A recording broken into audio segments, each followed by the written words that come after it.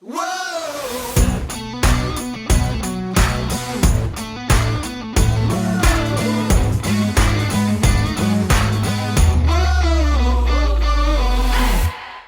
to the What's Our Verdict podcast, where we fashion ourselves cinematic judge and jury. My name is JJ Crowder. I'm here with my co-hosts Mattson. Better Red Than Dead. And Alec Burgess. Let's get it. We appreciate you tuning in. Make sure you hit that like, subscribe, follow button, hit that bell notification button so you can keep up with all of our reviews and all of our content. There's plenty of it right now with all the TV shows and movies coming out, so we appreciate it. Tell a friend about us. Just help us grow the podcast. That's all we're looking for at this point, and just having a good time talking about movies and TV. So I did just a quick thing I should have talked about earlier, but I did change the name. We are no longer What's Our Verdict movies. We're no longer What's Our Verdict TV. We did it. I was going to ask we you. are What's Our Verdict reviews. So it encompasses everything. We can review whatever the hell we want as long as it's entertainment for you guys that are listening. So we're gonna branch out a little bit more now that we've actually made the official name change. There's other just random topics and things I think would be fun to talk about every now and then, when we'll see if y'all like it. If we do, we'll keep going. Absolutely. But we'll keep our bread and butter there as well. I want to start reviewing cookbooks. Just throwing that out there. Cookbooks, JJ. It's the new thing. If a cookbook includes smoking meats, I will review those things because I do love to eat smoked meat. I have no problem with that, but that entails me watching you make something that I can't eat, and that's a problem. I'm not making anything. I'm just reading through it and judging it based on pictures. I can't cook. Well, you kidding me? I would burn a salad, JJ. It's a wildly different review than I thought it was going to be. Anyway, let's talk about Miss Marvel. That's what we're here to talk about today. The new show from Marvel on Disney Plus released on the 8th of June, and it'll be releasing every Wednesday moving forward. Episode 1, let's talk about it. Yeah. I kind of hated it. Really? Interesting. But I don't know enough about the character to know very much. Fair enough. But yeah, it's kind of watching going, I don't know if definitely didn't hate it. I don't know anything about Miss Marvel. Was it an interesting concept with the way they showed them texting and kind of the colorful nature, the creative side of it? Yeah, I mean, the presentation was there. I don't know. I don't know. I don't know. Sure. And I think that's par for the course, right? Like, so when I think about it, I don't know a lot about Miss Marvel compared to what I know about most Marvel characters or comics in general. But the only thing I know is that Miss Marvel, the original Miss Marvel, was actually Carol Danvers, and they changed her to Captain Marvel later. And she had a similar suit to the Miss Marvel that we'll eventually see with the S across their chest and down the front of her outfit. But Kamala Khan version, it's, from what I saw, it's pretty comic accurate with the exception of her powers and how she got them. She's a Pakistani teenager that's obsessed with the Avengers, specifically Captain Marvel, and does have a really good friend who's got 170 plus IQ, which I really like the fact that, and I hope they keep it this way, he doesn't get powers in the comics. He's just her friend that helps hide all the crazy shit she goes and does as a hero from her helps her hide it all from her parents who get really mad at her. So, I mean, from what I saw, it's pretty accurate. And I'm with you, Mattson. I really enjoyed the visuals of the show. Like, I thought it was really clever the way that they just threw the texts out in the world as whatever it was. And I thought the dynamic between those two was interesting. But it was definitely a setup episode, right? Like, there was no, other than the very end, it was pretty just get to know this character on a personal level, I guess, and setting up for how it's going to go. I don't know. I got to be honest. I think if I say younger, but the audience to me feels different than, say, like Moon Knight that I was watching before. I just don't think I'm necessarily the target here. And because of that, I don't find myself gravitating to it as much. Is it still entertaining? Yes. Did I like the dynamic between the two main characters? Yes. The family dynamic seemed, I'm not Pakistani or from around the Middle East, but I have some friends that are, and certainly, I don't know, made me think of a lot of that and thought that was interesting, their family dynamics and how things played out. But it felt more like maybe a Pakistani sitcom than a superhero show, at least for episode 1. And maybe because of that, I didn't really find myself thinking, is this Marvel? It just seemed like I knew it was Marvel because it said it was, but if I didn't know that, then this would have just been a show on Netflix I had clicked on and been like, yeah, like maybe not. Yeah. Based on the opening song, I thought I was watching Stranger Things. All right. Straight out of Sean Levy's playbook. Props. Absolutely. And if we do have any Pakistani viewers, I have to know, is this what the family is like? That's a fair question. Because that was awesome. I was really enjoying her dad and Zuzu. Yeah. Zuzu, turn off the TV, or Zuzu, turn on the TV. Like, that I had was a good brilliant. I did like I was how they laughing at incorporated Zuzu. some, what I assume to be authentic, what's the right word, dialect or language. Because I actually I used Google while I was watching to look up some stuff. I was like, oh, that's what that means. Cool. So I did learn things. Yeah. And I think, well, let's just go ahead and get this out of here too, because this show's getting review bombed, as every show that doesn't fit a certain group's narrative does these days, because people are stupid. But yeah, it's getting review bombed because it portrays this Muslim family, and I'm like, who gives a shit? Like, what a dumb thing to be stupid about. But anyway, They're mad about it because it's being portrayed inaccurately, or no. It's white people, white Christians. This is white Christian group that literally on their, I don't remember the name of their page, but it's like, oh, they're mad about that. That's so stupid. People. Yeah, they're like white. It's bitching about Muslims, and the only fact thing we that need the to be main complaining characters. about is when fake redheads play real redheads. Like, that shit just pisses me off. Let's never do that. Amber Heard. No. It's coming. What we need to be pissed off about is the angsty teen protagonist. Drives me nuts. That's why I really hated this. Dude, I'm not gonna lie. I am so sick and tired of this oddball outcast. That's fair. It is old. It played out. Because nerds are in. Do they not It's watch true. anything? Nerds are in. Nerds were not in 15, 20 years ago. Nerds are in. Like, Dude, nerds weren't in 30 years ago either. well, I wasn't in 30 years ago, so shove it. But no, nerds are definitely more in than they've ever been right now. So for sure. I want the next protagonist to be the captain of the football team, quarterback, and captain of the wrestling team, and nobody likes them. They're just out on the outskirts. They're not the cool kid like that. That's what I want to see. The problem with that is nobody that watches them will like them either. That's we'll fair, hate but, him. you know, I mean, Stranger Things did a pretty good job with what's his bucket, the preacher. On dude. accident. He was supposed to be the villain. Are you talking Whatever.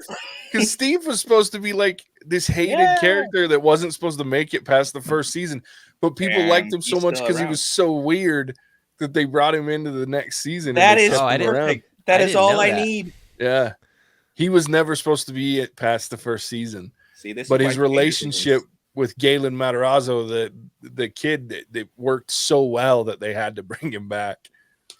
Yeah, I can't proof that imagine- my idea is not stupid. Can't imagine That's him fair. in that show without him now. Mm-mm. But he's got to have the weird nerd to tie him in and everybody to like him. If it weren't for that, nobody'd like him. Because nobody liked him until he teamed up with Galen. Well, because we weren't Matarazzo. supposed to like him. I mean, that was the whole point. I don't know. But we digress. Going back to Miss Marvel, I just feel like there's a ton necessarily for me to talk about except whatever that bracelet is. And it sounds like that's not even true to comics from what I've understood you talk about, JJ. But is it still the same type of powers she had? It's just the way that she got them. Yeah, it's definitely different the way she got them. And the powers actually manifest a little differently. She in the comics is an Inhuman. I think I explained it at some point in another episode, but basically there was a group of people that were called Inhumans. They had a gene that made them inhuman versus like mutants. It was just a different version, but the Inhuman gene didn't activate unless they were exposed to what's called a Terrigen mist. In which case this Terrigen mist would then activate that gene and they would get powers. And sometimes the one thing that was cool about the Inhumans is not all their powers were very functional. In fact, a lot of their powers were very odd. And so, for example, in Doctor Strange, Black Bolt, the guy that could destroy you with his voice, he is the leader of the Inhumans in the comics. And he was that actor he played Black Bolt in a very terrible TV show on Hulu. Or on ABC or something like that. Early on, it was bad. But he's an Inhuman, and a lot of times the powers are like that. So he couldn't speak anymore because even a whisper would kill someone from him. So it really sucked for him. And then there were others that had just odd powers. One of them turned into like a fish-looking creature, the Black Lagoon type looking creature. So they did weird things, but it gave you pretty cool powers. And hers was she became a polymorph. So she was kind of like very similar to Captain Fantastic or Mr. Fantastic from the Fantastic Four, where he was all stretchy and could like make his fist real big. And she was like that, where her skin would stretch and she could take the shape she could make herself into other shapes. So she could stretch her body. They tweaked it a little bit, but they're still giving her the same principles in a sense. Yeah, so when she does that at the end of this episode, spoilers, and she reaches out with the hand and catches that girl, it looked like a cosmic version of what her arm would have looked like if she had stretched it out in the comics. So why not just do the real stretching and not this bracelet thing? Because then they have to introduce the Inhumans, and I think they're trying to avoid that or wait for that particular. And I think this gives her more... I think it's a CGI thing too, because making her hand look good CGI is much more difficult than making this cosmic. So I think it's a smart decision from a visuals, especially where we shit on CGI so much. Oh yeah. And we're not the only ones. So I think it was very smart of them to say, well, we'll make it look like Captain Marvel's kind of cosmic powers to a degree, because it's easier for us to make that and not have people go, that looks unrealistic and shitty. Mm-hmm. So that's probably the real main reason. But I think there's probably something to it to not have to really try to confuse people by tying in the Inhuman. Yeah. Because that's just a whole chapter of shit you don't really want to open up. I think the way I'm going to start to approach this now, the more we talk about it, is she reminds me of Spider-Man. Mm-hmm. With her mannerisms and quirkiness and thought patterns and the way that this show kind of went, like kind of just like boom, boom, like, oh, next thing.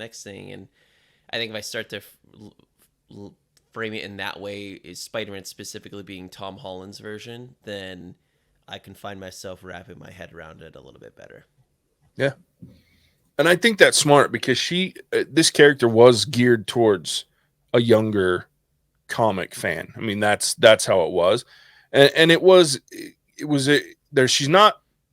she's a relatively new character as well. I mean, I don't remember exactly, but I think at best she was late 80s, but I believe she was early 90s. I think she was a later addition to the Marvel comic world because they were trying to generate some interest from minority groups and things like that. So that's, again, where the Pakistani nature comes from. And it was really interesting how they tied that into the comics. They did a really good job.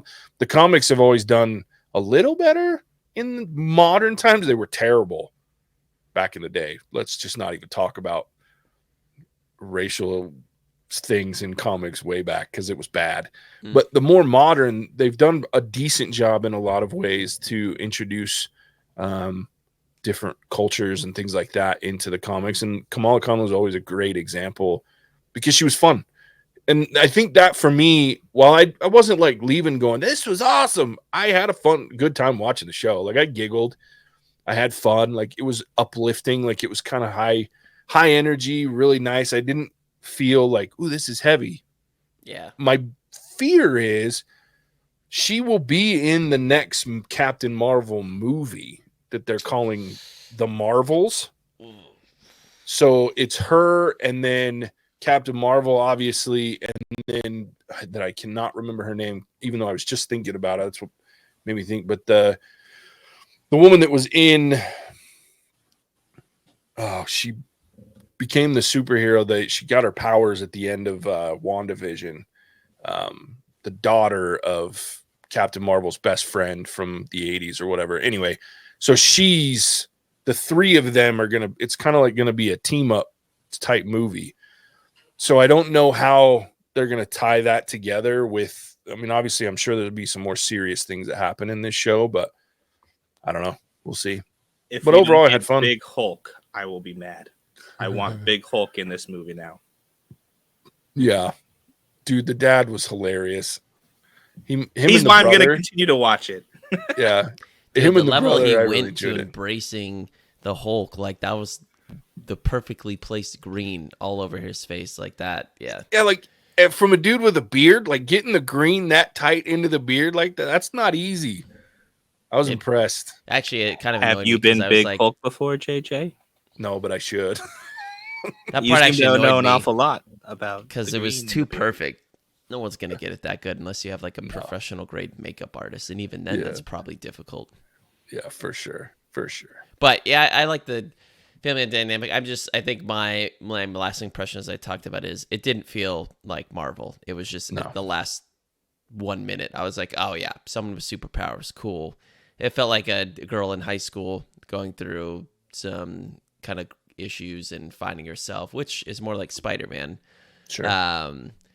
So yeah, I think they've got a lot of explaining to. I'm not excited if she's going to be carrying a Hallmark Marvel movie in some capacity as of now, but they have time to build her up and see where it goes. Yeah. I think she'll probably be more comedic relief than anything else if I had to guess. But yeah, it's going to be the three of them from my understanding. And like I said, the movie's called The Marvels. I did like the last scene. I will say this, and then we can wrap up with final thoughts. But the action was really good. Like when the chick got hit with Thor's hammer, I was like, damn, like, because she's swinging. I'm like, that would be terrifying if she's like holding on and it's swinging Dude, big. but then they had Ant-Man's head that kept rolling for forever. Yeah. I'm sorry. After the way it fell, you knew it would have done like maybe one or two more. It's not going any more than that. We know that physics of that really did bother me. No, I agree there. But as soon as Thor's hammer fell, I started laughing. I was like, this is cool as shit. Especially because the girl just turns around and gets smacked by this thing. I was like, that's fun. But yeah, the Ant-Man head that just kept rolling was annoying. I won't lie. All right. I'll give my final thoughts. Like I said, I think I had fun. And I hope, to be honest with you, because Marvel's been really kind of dark this year, kind of heavy in a lot of ways. And I think a lot of big, giant, huge, overarching storylines. So if they stay kind of silly and fun and have a cool, an intense storyline where she's got some villains and the family dynamic's still there, trying to manage that, her and Bruno. And I think that's cool. And I'll be okay if it stays funny and silly and kind of more lighthearted than most, because I think they need something like that right now because they haven't had it. It's all been pretty heavy. And I mean, Hawkeye had some of it, but even it was a pretty heavy show considering, the fact that Black Widow's death was a big play and her dad's death. So, I mean, I like this, that it was kind of lighthearted and fun. I'm looking forward to see what they do with it. And I hope they find a way to make her more ready to be in a movie versus just this show. But so far, while it's not my favorite by any stretch, I'm looking forward to seeing it because it was just fun for me. Mattson, final thoughts. Yeah, it kind of gave him, but I think there's a lot to be proven here. It's like a lot of what JJ said. There's nothing wrong with this, but they have a lot of more work to do to help me understand that this is a Marvel movie and where this connects, and help me like this character beyond being some comedic relief. But I think the bench is there, so super visually appealing, definitely fun, lighthearted, completely opposite of like Moon Knight in a lot of ways, which had pretty bad CGI and extremely heavy subject matter. Yeah. So I think that's fine. I'm definitely going to be watching the second episode, and we'll look to see really what this limited series is going to be. They definitely need to, if it follows the pattern of all the other ones we've seen where it takes until like the 5th episode to get there, I do think this time it will be a serious problem. Unless they're able to give, like, they really need to give us something in episode 2, in my opinion, because nobody has really a great grasp on this character. And I think we gave him the benefit of the doubt with Moon Knight, but man, there's only so many times they can give me that same spiel and tell me to be patient. Until then, I don't know if I'll be able to make it. Yeah. All right, Alec. First of all, JJ, we don't talk about Bruno. Wrong Now with that's you, out of the bitch. way. Now that that's out of the way, because that was on my mind for this entire episode. Yeah. I just didn't get pulled in. Like I said earlier, the kind of angsty, awkward teen is more than enough played out. Now it's cool to be awkward, so I'm not buying it. And then I love the family environment. And I hope that wasn't just part of the setup, and that we still get her family in there, because that was my favorite part. Yeah. And then Avengers Con, like I've never been to Jersey City, but that had to be the lowest budget convention Yeah. ever. There was nothing, but I did enjoy America's Ass. Got a little Easter That there. was funny. I picked up on that, and whoever drew that Captain America, I would like one of me, please. Yeah, that was funny. Same exact pose, just in my What's Our Verdict shirt. You're welcome, talking about America. What's Our Verdict ass. That's right. But yeah, so I'm hoping it gets a little bit better or more entertaining for myself. And I hope that we don't lose that family environment and they kind of continue with the way they're going with that whole aspect. But I mean, I'm going to watch it again because we review this next week, right? There's no way to tap out. Well, so let me, I mean, there could be, because we have tapped out on shows before. Oh, I was kidding. That's an option. No, I mean, we have. I don't remember. Have we which really? One, I don't remember which one it was, but we got like 2 episodes in and we were like, no, we're done. And I don't even remember what it was. But it was that bad. I don't remember what that was either. Well, this isn't that Netflix. bad. It was a Netflix show. And we were, like I said, we were 2 or 3 episodes in, and we all were like texting each other, going, "No, we're done. I don't want to do this anymore. This show sucks."